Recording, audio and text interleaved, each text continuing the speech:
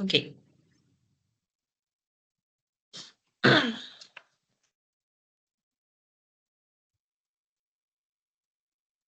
¿Ya? Juan, puedes empezar. Okay, good afternoon. Today we are going to talk about our research digital tool for inclusive and formative assessment in Colombian EFL classrooms. Our group is made up by my partners, Catherine Roa, Isabel Cristina, Gutierrez, Estefania Giraldo, Sara Moreno, and me. And I'm going to talk about the next research question. How do digital tools contribute to inclusive and formative assessment practices in the English classroom? It's important to say that technology now is an important ally in our future classes, like a future English teacher, because through the technology we could improve our teaching process. And through the technology, we could differentiate, for example, different English level with different material, didactic material that could help us in our class development. Now, my partners going to talk about the topic. Let's continue, Kate. Thank you, Juan. So we have 5 main points in the theoretical background. The formative assessment, which is the digital tool supports immediate feedback, real-time tracking, and multimodal participation. The second point is inclusive education, which is a technology can reduce barriers through translation, visual, audio, and flexible formats. The third point is culturally relevant pedagogy. Digital platforms allow bilingual feedback and locally meaningful contents. The third point in this theoretical background is UDL, tools that enable multiple forms of representation, engagement, and expression. And the fourth point in this theoretical background is a teacher digital competence. It's an effective use depends on teachers' ability to select and adapt technology. We move on with methodology. Okay, so for methodology, we wanted to spread out between 3 key aspects. So we have the class observation, digital exam analysis, and the collaborative teacher reflections, right? So when it comes to the first one, that is classrooms observation, we had authors like Shamrock that mentions how important it is using lesson observation to improve not only our own learning, but also our students' learning. Also, by supporting structured observations like the ones that we have with the Diario de Campo, and analyzing both the teacher and the student's behavior, we can switch and modify and improve. Then, if we go to digital analysis, we use Google Forms, right? And instant feedback. We got different authors all the way back from Casane who highlight and should to highlight the importance of timely, actionable, and digital feedback for students to understand what they're doing wrong, what they can improve, and also for us to see what are the key aspects that we need to modify or shift when it comes to what we're doing inside a classroom. And finally, the collaborative teaching reflection.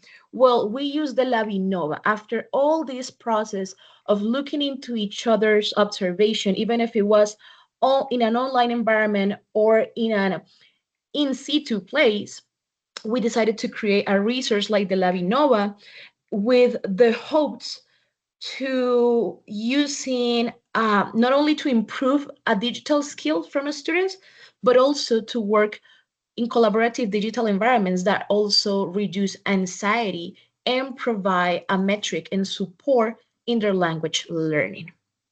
Now we move on to the next one.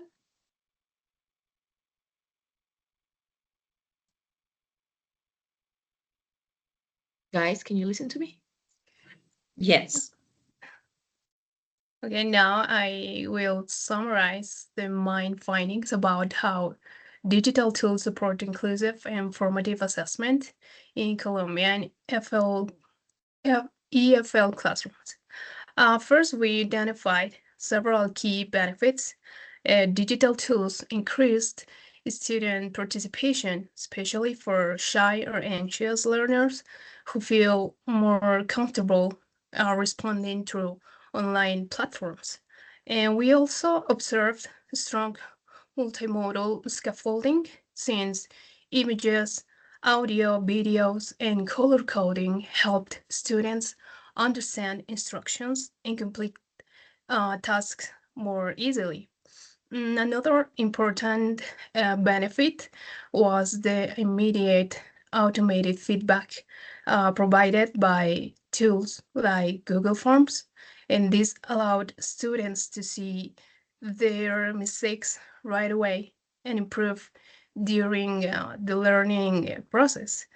Additionally, many tools offer flexible access through mobile devices, which is helpful in context with limited resources. And however, we also found significant challenges, issues with connectivity and lack of devices affected many studies, but some learners also struggle with low digital literacy, which made it harder for them to use the platforms.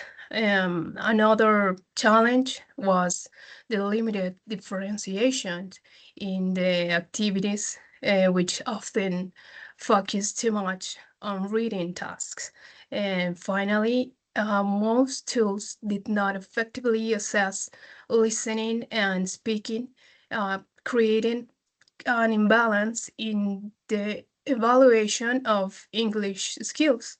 In relation to the national competencies, the digital activities aligned well with areas like critical reading and learner autonomy, but oral skills were still not sufficiently addressed.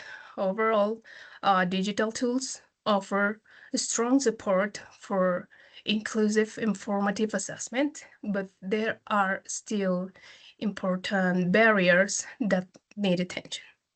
That's it. Thank you, Sarah. And to close, our research shows that digital tools can support inclusive and formative assessment in English classroom, of course. They help students participate in different ways and receive immediate feedback and also feel more comfortable, especially when students feel anxious when speaking in English. And at the same time, we saw that technology works well when teachers um, are prepared for it. That's why it's really important to keep improving our digital skills, digital competence, to include multimodal resources to support students and students which can understand the text and show the skills and abilities that they can do.